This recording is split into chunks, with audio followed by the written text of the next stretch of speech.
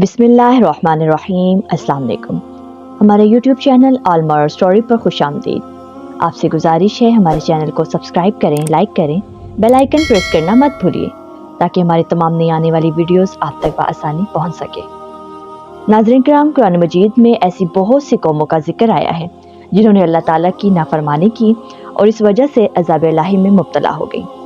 इसी तरह एक दिलचस्प दास्तान असहाबे सब्त की है जो बतौर खुलासा सूरत अराफ में बयान हुई है कि कानून शिकन और कानून चिकनों को ना रोकने वाले दोनों गिरोह बंदरों की शक्ल में मस्क हो गए।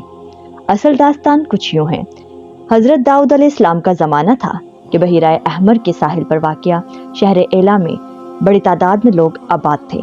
अल्लाह ताला ने इन्हें हफ्ते के रोज़ मछली का शिकार करने से मना किया। पैगम्बरों ने खुदा का ये हुक्म उन तक पहुंचाया। इस दिन में मछलियाँ आमनियत का एहसास करते हुए साहिल समंदर पर जाहिर होती और दूसरे दिनों में समंदर की गहराई में चली जाती।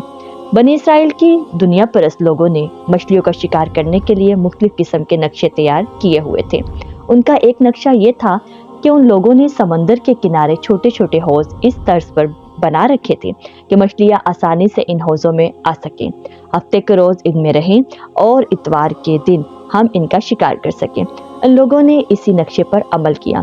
इस तरह मकरो फरेब से वो ज्यादा तादाद में मछलियाँ शिकार करते और इन्हें फरोख्त करके अच्छा खासा सरमाया इकट्ठा कर लेते। इन लोगों ने एक अरसा तक इसी चालबाजी से जिंदगी गुजारी। इसी शहर में तकरीबन 80,000 से ज्यादा लोग आबाद थे। रवायात के मुताबिक ये लोग 3 गिरोहों में तकसीम थे। इनमें से एक गिरोह 70,000 अफराद पर मुश्तमिल इसी मकरो हेला से राजी था। 10,000 का दूसरा गिरोह इन लोगों को अल्लाह ताला की मुखालफत से रोकता था और तीसरा गिरोह खामोश था। वो गिरोह रोकने वालों से कहता था, तुम क्यों ऐसी कौम को नसीहत करते हो जिसे अल्लाह हलाक करने वाला है या इस पर शदीद अजाब करने वाला है। नहीं करने वाले इनके जवाब में कहते, हम इस कौम को नसीहत करते हैं ताकि अल्लाह की बारगाह में जवाब दे सकें कि हम इन्हें रोकने वालों में से थे। खलासा कलाम ये कि बुराई से रोकने वाले अफराद की बार बार नसीहतों ने भी इन पर कोई असर ना किया।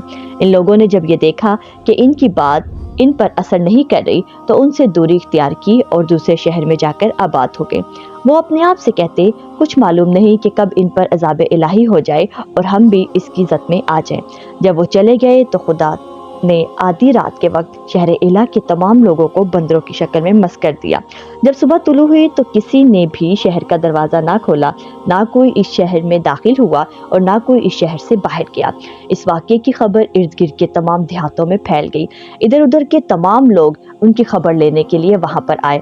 दीवारों से झांक कर देखा तो वो सब लोग बंदरों की शक्ल में मस्क हो चुके थे और 3 दिन के बाद तमाम के तमाम हलाक हो गए। हजरत इमाम जाफर सादिक अलैहिस्सलाम फरमाते हैं, जिन लोगों ने ये हिला मकर किया और वो लोग जो खामोश तमाशाई बने रहे सबके सब हलाक हो गए, लेकिन वो लोग जिन्होंने अमर बिल मारूफ और नहीं अज़ मुनकर किया वो निजात पा गए। ये है सज़ा कानून चिकन लोगों की और उनकी जो गलत कारियों को देखकर खामोश रहते हैं। इस दास्तान में काबिल तवज्जो नुक्ता ये है कि हैवानात में से बंदर एक ऐसा जानवर है जो हिलागिरी और अंधी तकलीद करता है। वो किसी कैदो शर्त के बगैर दूसरों की पैरवी करने में मशहूर है। इसमें शक नहीं कि कोई भी मिल्लत उस वक्त तक ज़लीलो ख़वार नहीं होती जब तक वो गलत कारियों और दूसरों की अंधी तकलीद और बगैर किसी कैदो शर्त के दूसरों की पैरवी करने लग जाए। दर हकीकत असहाबे सब्त और खामोश तमाशाइयों को जिस चीज़ ने ज़लीलो ख़वार किया वो इनके अरादा की कमज़ोरी, सुस्ती और औरों में पाई जाने वाली बंदर की आदत थी। हज़रत इमाम सज्जाद फरमाते हैं कि शहर एला की गिरदो नवा के देहातों से लोग आए। उन्होंने दीवार के ऊपर झांक कर देखा तो इस शहर के तमाम जनो मर्द बंदर बन चुके थे। देहातों के लोग अपने जिस रिश्तेदार और दोस्त को पहचान लेते उनसे पूछते, तुम फला शख्स नहीं हो? वो रोते हुए सर से इशारा करते, हाँ मैं वही हूँ। वो लोग 3 दिन तक इसी हालत में जिंदा रहे। तीसरे दिन सख्त किस्म का तूफान आया और उसने तमाम लोगों को उठाकर समंदर में फेंक दिया। इस तरह वो सब के सब नीस्तो नाबूद हो गए। हर शख्स जो अज़ाब इलाही के सबब मस्क हुआ वो 3 दिन के अंदर अंदर हलाक हो गया।